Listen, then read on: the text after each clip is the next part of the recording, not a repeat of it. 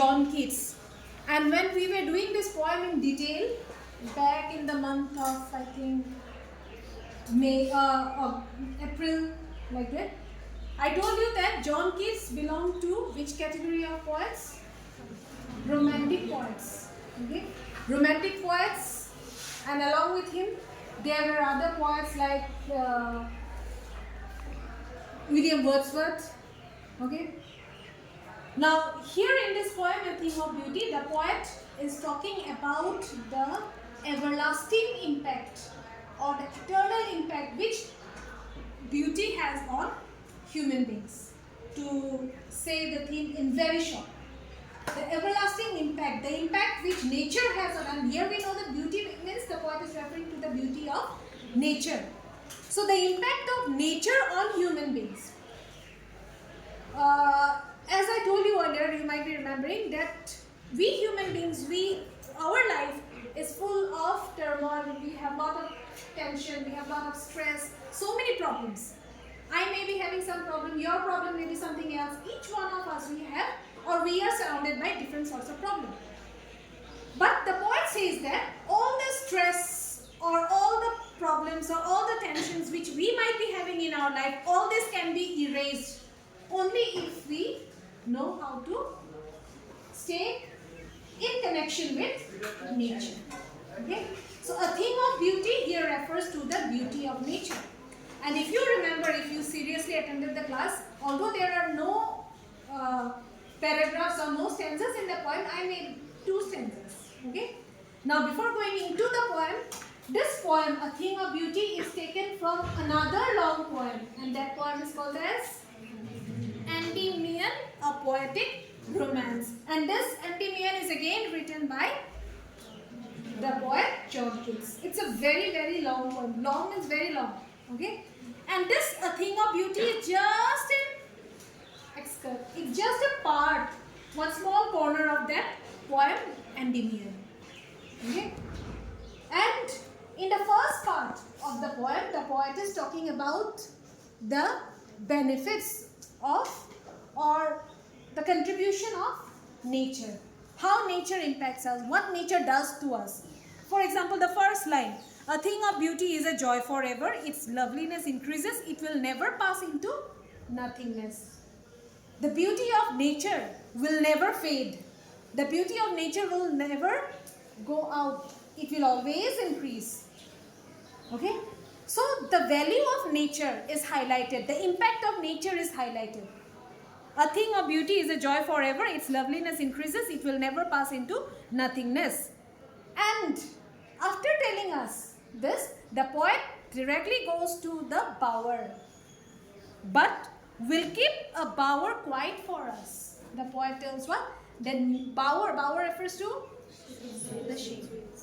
The trees will give us shade, and this shade is a gift for us.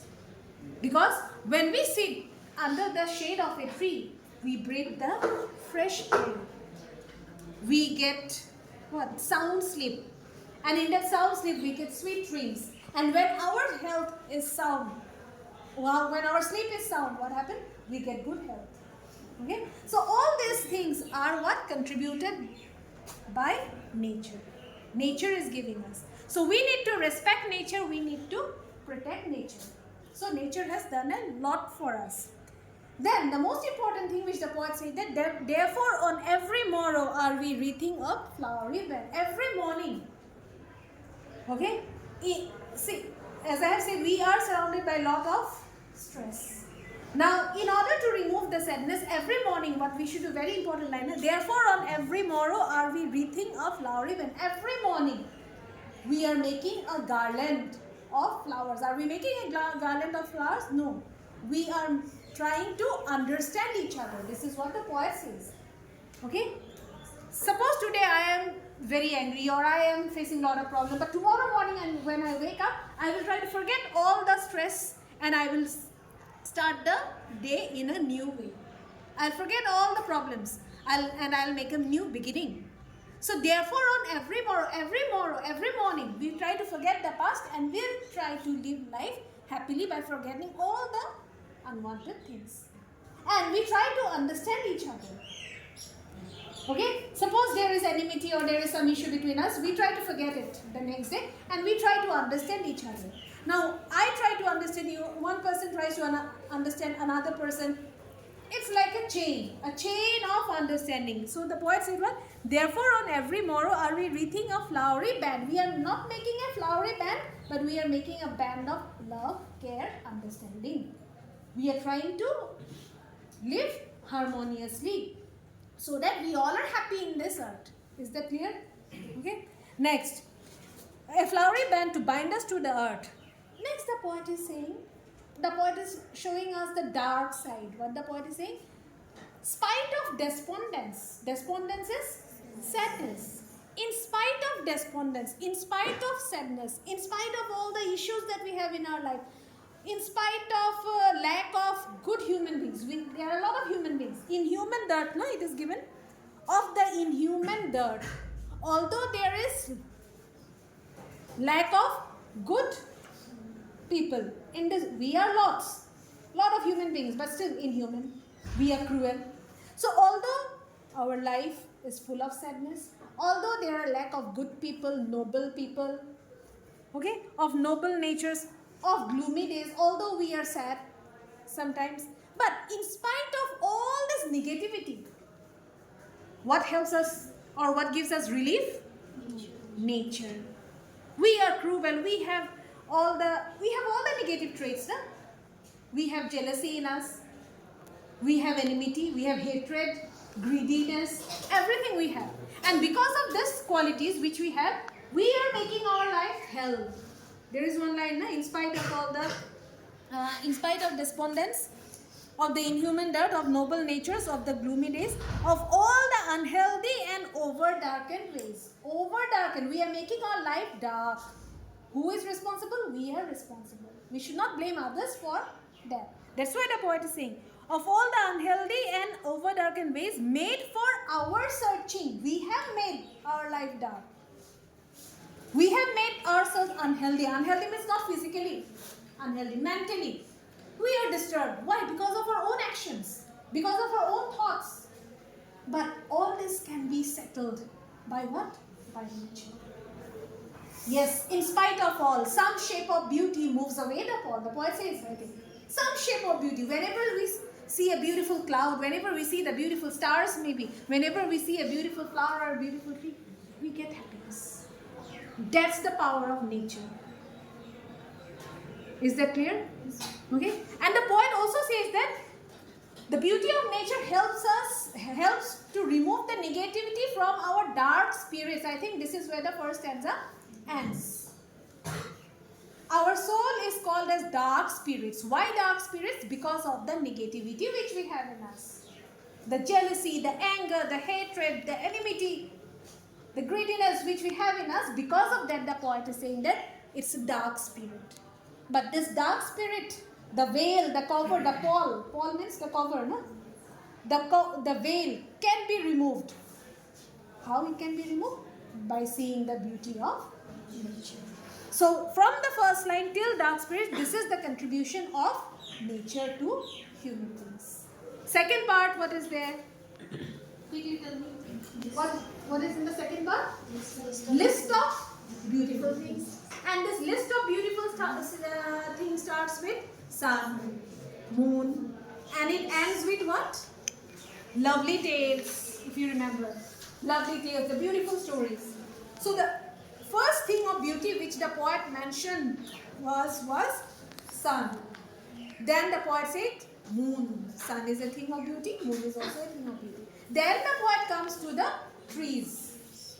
Maybe young, maybe old. As I read, you follow the poem. Okay? So poet said sun, moon, trees, young or old. Doesn't matter. But trees are a boon for us. What will this boon mean?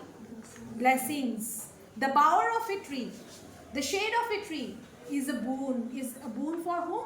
Simple sheep. But we know it's not only for the simple sheep. It's not only for the animals. It's a boon for all of us. How already the poet have given us a glimpse how the bower is a boon, how the shade is a boon. The poet has already mentioned. Now again the poet is saying that then it's a boon for the animals and at the same time for us also. Next thing of beauty is the daffodils, the small flowers which lives in the green. Just like what? Bright topaz denizens of a world of green. In the same way, what? That this beautiful flowers, the small flowers, they are also a part of the world of green. They also grow with other plants in the garden. Their size may be small, but they are beautiful. Next thing of beauty the poet mentions is, fast, tell me.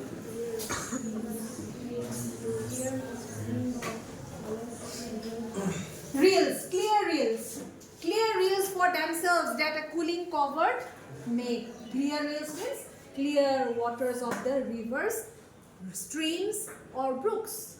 Now for the poet John Keats, the rivers or the streams or the brooks, they are also a thing of beauty. What makes the river beautiful? What makes the stream beautiful? What makes it beautiful? The covert. Covert, remember what was covert? Remember or not? Covert, what?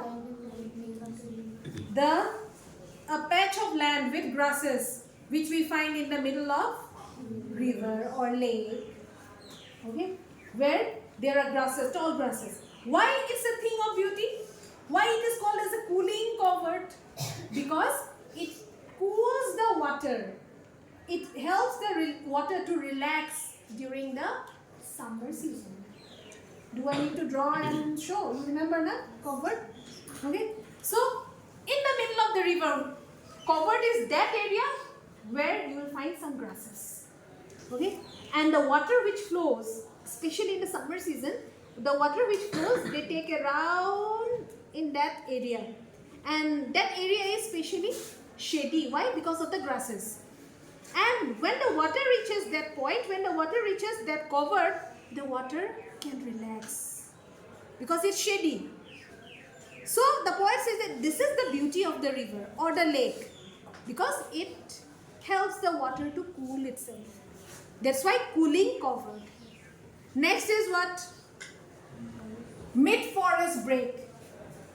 The forests are also a thing of beauty. Forests are also beautiful. What makes the forest beautiful? Fast. You know everything. Next month, what you have exam. Forest is made beautiful by the wild musk rose, which is sprinkled here and there. One here, another there, another there. You will find roses there. What rose? Which rose? The garden normal rose? No. Wild roses, musk rose. Sweet smell it has got. That rose makes the forest beautiful. Otherwise, there is nothing in the forest. But these wild roses, the musk roses, make the forest beautiful. Next in the list is death. Death, which we all dread. Death is also presented as a wonderful thing. How come death is beautiful? When I die, my death will be beautiful. No, it won't be beautiful. Why? Because nobody will remember me. Death is beautiful for whom? For the mighty deaths. And mighty deaths refers to people who have done great deeds, the great leaders who have made difference in people's life, who have changed the face of the world, whom we remember even after their death. Those people are mighty death. Their death is wonderful. So death is also a thing of beauty according to the poet. Death is a thing of beauty not for all but for the mighty dead. Last but not the least is what? Lovely tales. Lovely tales. Tales. Stories. Stories which some way or the other might have inspired us. Stories of great leaders.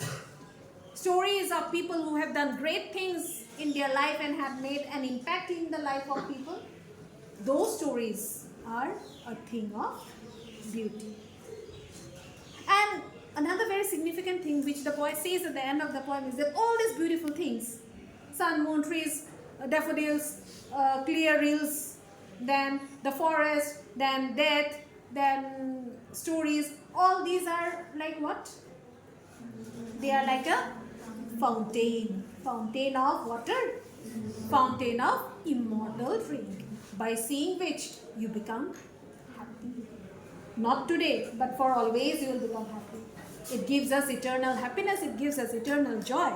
So all these beautiful things, they are like a fountain. And this fountain is coming from where? It's coming from the heavens, brain, from the edge of the heaven. It's coming down to us from the sky. Indirectly, it's coming down to us from God. It's a God's gift to human beings. All the beautiful things are a gift of God to us. So we need to respect, we need to protect. This is what in short, the poem. The poet is highlighting, the poet is giving us a glimpse, or the poet is trying to tell us that beauty has, or nature has, an eternal impact on us. Okay? Thank you.